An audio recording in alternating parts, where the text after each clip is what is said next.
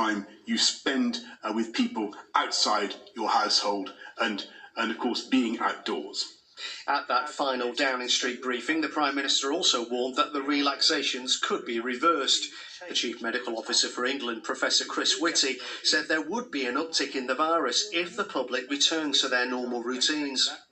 The published guidance, though, is limited, and many businesses are still waiting for detailed clarification on how to open safely. It's a thought echoed by Labour. We're still waiting for the guidance for all these businesses who are supposed to be opening a week on Saturday. And some of that guidance is really business critical issue for those businesses, but it's also really important for the public to have confidence in going about their business. And there's frustration among some businesses that weren't included in the July 4th reopening, like gyms.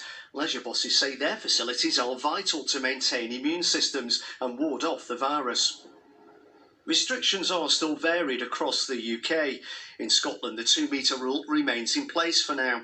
But the government in Edinburgh said it was very interested to see the scientific evidence that had prompted London to ease restrictions in England.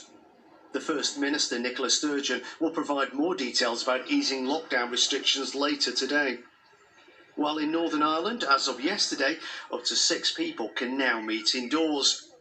Shops and places of worship opened earlier this week in Wales, but the 5-mile restriction on travel remains in place. John McManus, BBC News. Well, let's get more right now from our political correspondent, Nick Eardley, who's in Westminster for us this morning. And Nick, there's so much to talk about. Big changes, there's a letter from the BMJ and also so much more guidance that we're waiting for as well. Yeah, absolutely, Louise. Morning. Big changes coming in England on the 4th of July.